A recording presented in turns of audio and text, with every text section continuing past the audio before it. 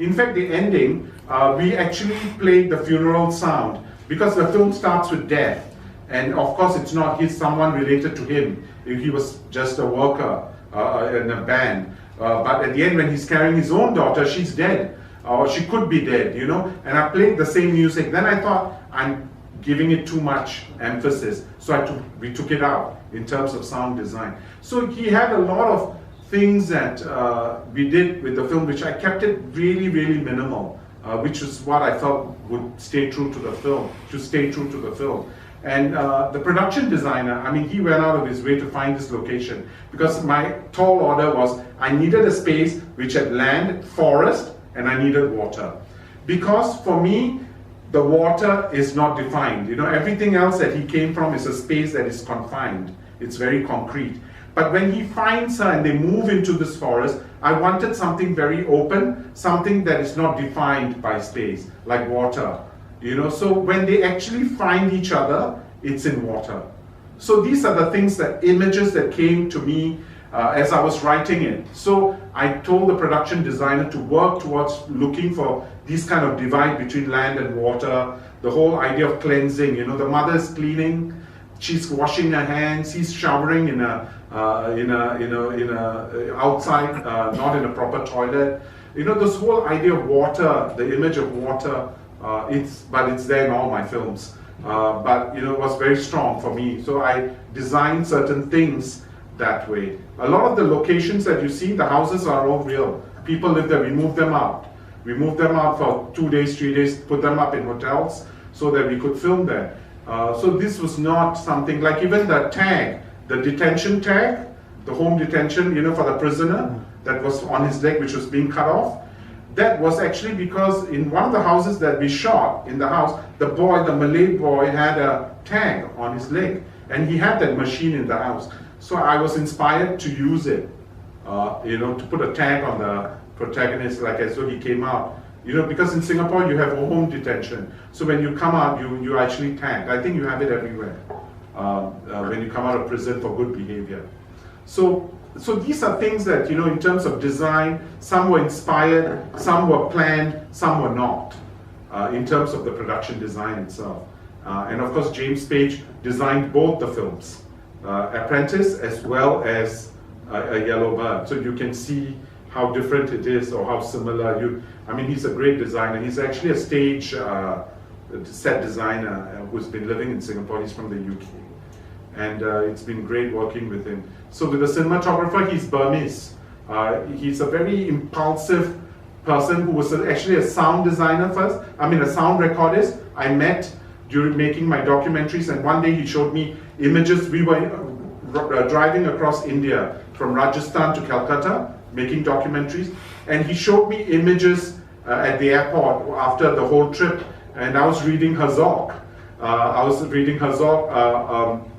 And it said, so he came and showed me these pictures, and he said, what do you think of them? I want a title to all these pictures, and I said Pure Life, because I was reading Herzog, and you know, he'd written about Pura Vide, which meant pure life. And I said, that would be the title of all your photographs. You know, he wanted to do an exhibition. So when I wanted to make a film, I told him that he would be my photographer, and he came on board to be the cinematographer for this film. So he loved to play with this light and darkness. So along the corridors of the houses, we removed some of the lights, so to create an effect of light and darkness. We played with the natural environment, not to light it up too much, or even the forest. We didn't light it up at night. We used, you know, the lamps. So we tried to make it as natural as possible without trying to impose something artificial in it. Even Little India, as you see, the riots, nothing was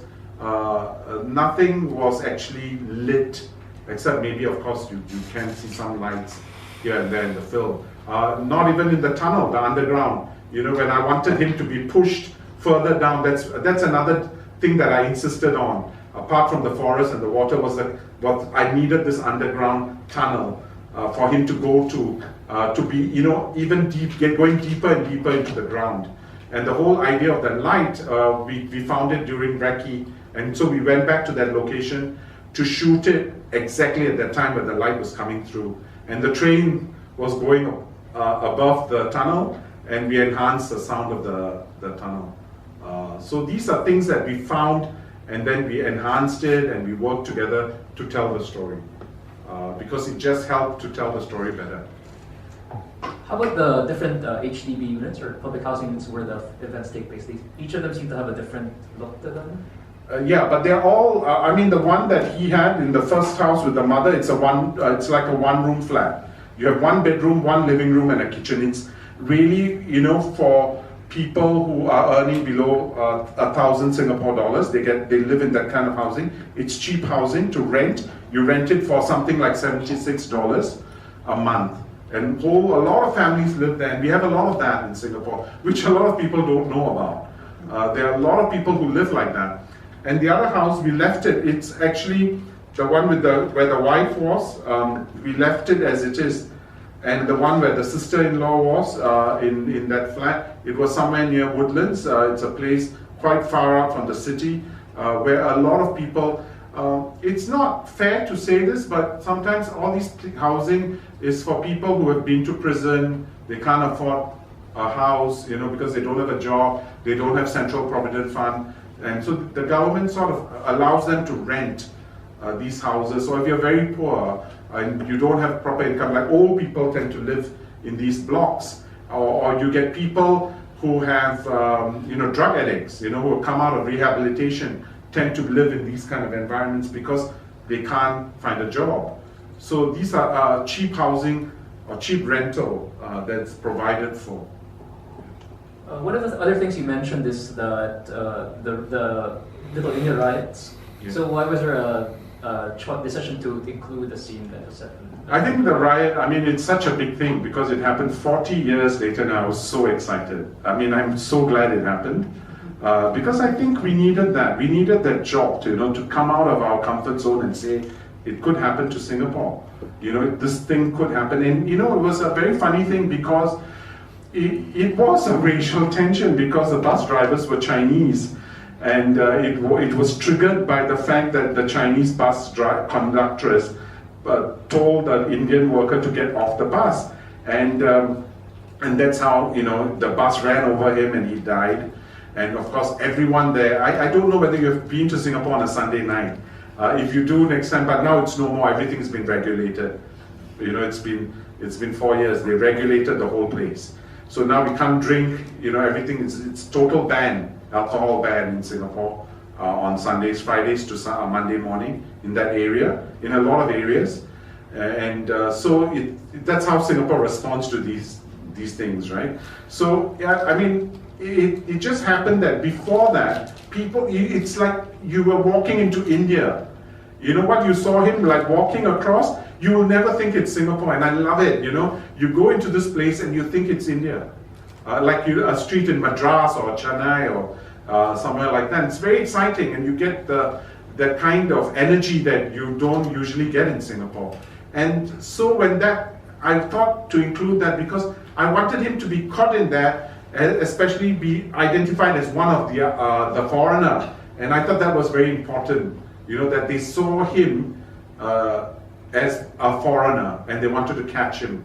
And he getting very worried about that because he just came out of prison, right? So he was trying to run away. That fear in him, pushes him to a place even darker, the tunnel, So this was the idea. It was not an idea, it was something that I felt came with the flow of the story.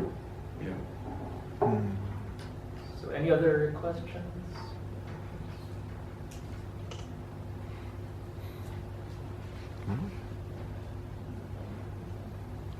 Okay, Song? If I may be allowed one more question. Sure. You mentioned before the screening that this is a film that many Singaporeans did not expect. So I'm just wondering whether you could tell us a bit more about the reception in Singapore, as far as you can tell. Including how long did it screen for in the theatrical release, and whether it's reviews in newspapers or from other. Sure. I think a lot of people felt it was too heavy. There was no hope. everyone who had watched this film, some liked it. There were people who came out. There was this woman who saw the screening the second time round. It ran at the projector. It went for 5 weeks at GV, Golden Village Cinema, the mainstream cinema, for 5 weeks. I'll tell you about that. That's a whole different story there.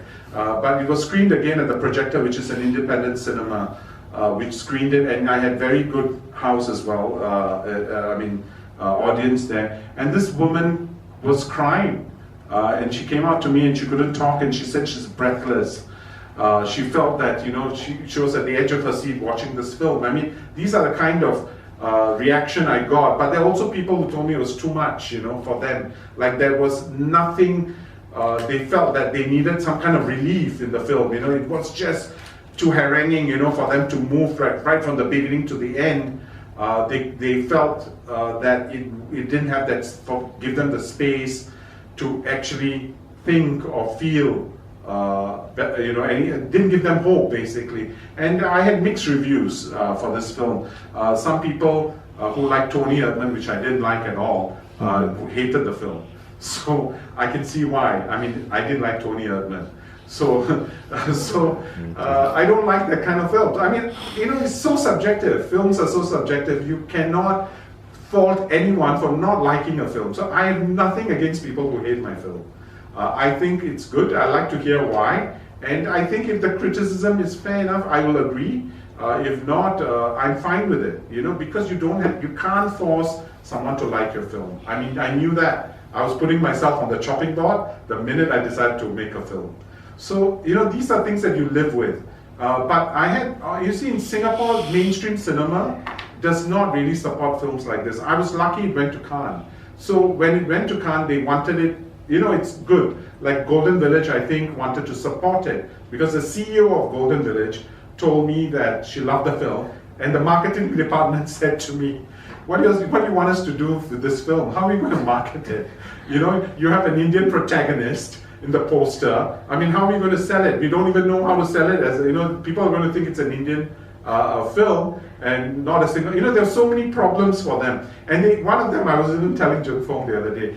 They wrote back saying that I'm sorry, but your film isn't The Apprentice. Because they felt that it was so dark and difficult, and there was no entertainment in it. So they find it hard to market the film. But I think at the projector, I had a different kind of audience. After screening it at the projector, I was invited to all the universities in Singapore to talk about it, because people were interested at that level, for students, for lecturers, sociologists. They've offered me jobs to teach screenplay writing. Actually, it's not bad, so I've been very lucky. I even taught a master class. I hate these things, master class. I don't know what it means, but so I just went into a polytechnic film students to talk about the film and show them.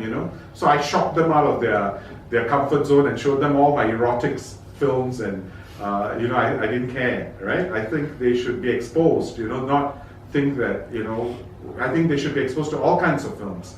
So this is what has come out of making a film like this in Singapore. You get people who really like it. I had a lot of good reviews from different people who wrote very good things about it, and there were also people who felt that it was too much for them to handle. Can I just ask one more? Okay, go ahead. Because I watched it the second time because I love it so much, and so I'm gonna stray a little away from this one. So I would like to ask, what are you working on currently? I'm actually doing a film for the Singapore International Arts Festival in Singapore. It's called SIFA, which is end of June, and I have been given a very big task of adapting a book called Inheritance by Bali Kaur. She's a Singapore writer who is now working, Ridley Scott just took the rights, of her book for another book that she had written, and she's with HarperCollins, and she's big. And so when I knew her, it was not happening, and then I got the rights to her book, and it's about a Punjabi community in Singapore, the Sikhs. I don't know how familiar, the Sikhs, it's a religious group. Sikh but they're from Punjab in India, but there's a minority group in Singapore, apart from Indians. Like, even I'm a minority of the minority. Although I'm Indian, I'm a minority amongst the Indians because my ancestors come from Kerala. So we have Malayalis. So the Tamilians from the south, from Tamil Nadu, are the majority amongst the Indians, and we are like really small percentage. So the Sikhs I'm doing something about the Sikh community, and it's a wedding, but it's a different kind of thing, a film, because whoever comes to watch, they will watch me film it with the actors. But if you sign up to be part of the film, part to watch, you get to be in the film. So you will come as a wedding guest in the film, and you actually sign up to be part of the film. So when we actually, after making the film, I will screen it at the end of the festival, and you will be part of the film. So it's a kind of a theater come film project to see how live audience react to being, where the gaze is turned to the audience instead of to the actors, and they become actors in the film. Yeah. So that's what I'm doing now. So any other questions?